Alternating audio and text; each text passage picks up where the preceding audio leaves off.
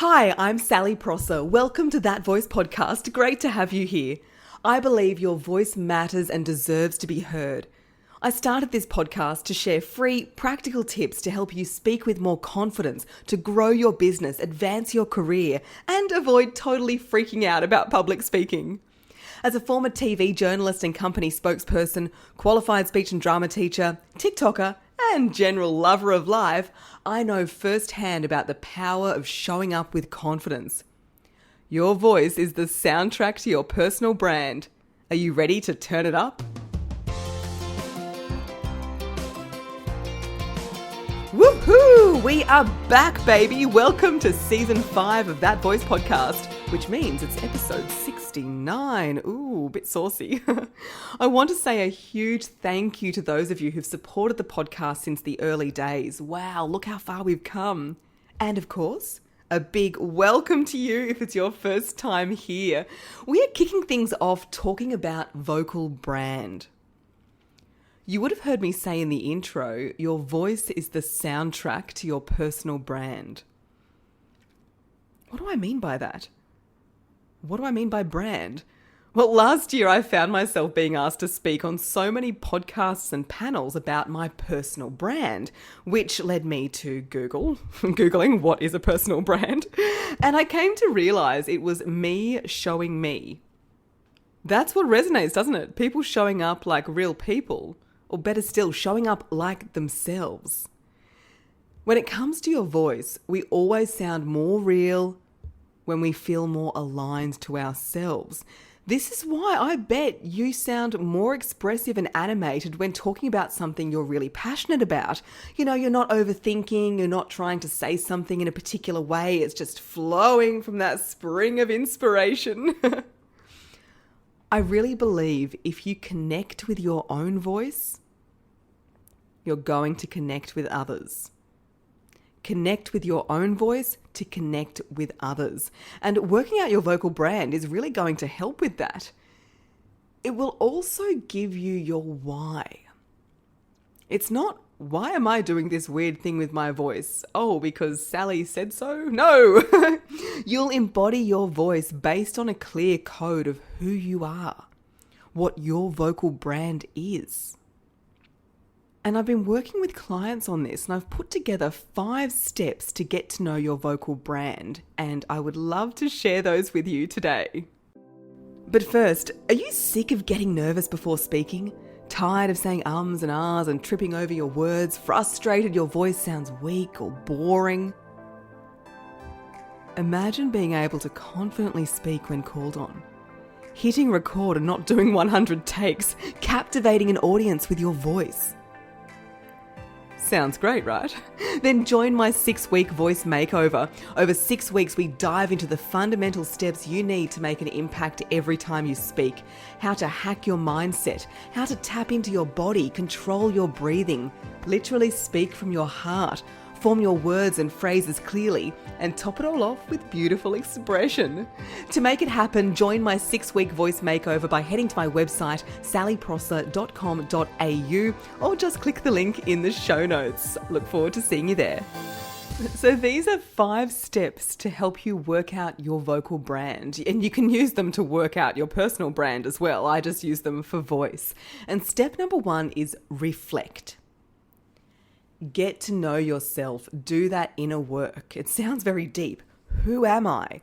What do I stand for? Crack out the candle and the journal and the red wine or cup of tea or whatever you're drinking and write it all down. What do you really stand for? What do you stand against? Like, this is a very deep question, and you could be spending a lot of time doing this, and believe me, it's not a done and dusted thing. This is a thing to revisit. But start with that. Then you can get to step 2, which is brainstorm. And brainstorming is, how do I want to be described when I'm not in the room? How do you want to be described when you're not in the room? If you're a bit stuck here, ask your family and friends and close colleagues what they like about you. What do they see as your best qualities? Are they the qualities you see in yourself? Write it all down. So for me, I would like to think that people describe me as being fun, professional, zesty, knows what she's talking about, relatable, down to earth. Feel free to DM me any other words that you can think of if I haven't covered the main ones. Do it for yourself. Then we get to step number 3. 3 is consolidate. Consolidate that list. So if you've got in your brainstorming list, and this can be brainstorming on post-it notes up on the wall or on a big piece of paper, I definitely recommend, bright textures or bold colors. Like, just don't be using those horrible pastel post-its with a little biro. That's really not going to be very inspirational for you. So if on that brainstorming list you've got, good at what she does, knows her stuff, professional, all of those might fall under the term competent. So you're really grouping together all of your brainstorming into some key themes. And when you read out this new, shorter list, it should bring a big smile to your face. When you read it out aloud, it should sound like the best version of you, the version of you that you love. So we've reflected, we've brainstormed, we've consolidated. Step 4 is to align. Is the way you're showing up aligning with that list? Is the way you speak, dress, post on social media, carry out your work, have conversations with people, lead your team, talk to your family, do all of those things reflect that list? And this is where the pennies are going to drop for you. This is where the pennies are going to drop, because you'll be able to get to step 5, which is bridge. Bridging those gaps. Where are the gaps? Is the way you're showing up somewhere not matching your list? How so? How so? So if on your list you have got somebody who is warm and approachable and caring, yet the way you speak is very small and reserved, and in some ways you're not even being heard. Is that voice reflecting warmth, approachability, caringness? I don't know if those last 2 were actual words, but you get what I'm saying.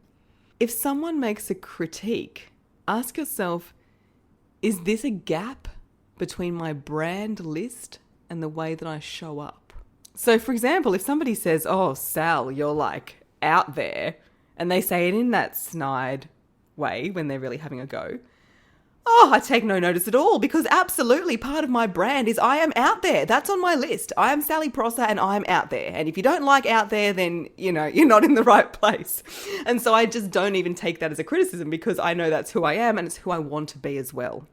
If you have a strong sense of your vocal brand, you are on really, really solid ground. You're not going to be pushed around by the opinions of others, because you have this strong opinion of yourself and you know exactly who you are and what you stand for. So when you're looking at these gaps, look for ways to bridge it. Can you change it through self-awareness?